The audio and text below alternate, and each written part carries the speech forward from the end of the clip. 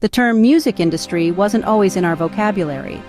It emerged in the early 20th century as music began to shift from a purely live experience to something that could be captured, packaged, and sold. The birth of popular music, as we know it today, has its roots in this period. In the 1920s and 30s, the music industry was still in its infancy. Music was primarily a live experience, shared in concert halls and parlors, but things were about to change. The invention of the phonograph and the radio brought music into the homes of millions. Music was no longer just for the elite. It was for everyone. The 1940s and 50s saw a boom in music consumption and sales. Sheet music gave way to vinyl records, and record stores became the new temples of music. The radio also played a pivotal role as the primary medium for music discovery. DJs became gatekeepers, with the power to make or break an artist's career. Yet with power comes corruption.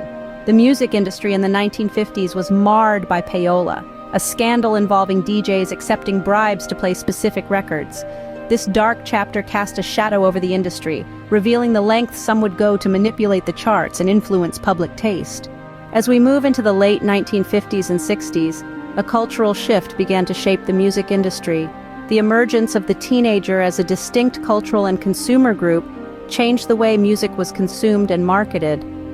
Rock and roll, with its rebellious undertone, became the soundtrack of this youthful revolution.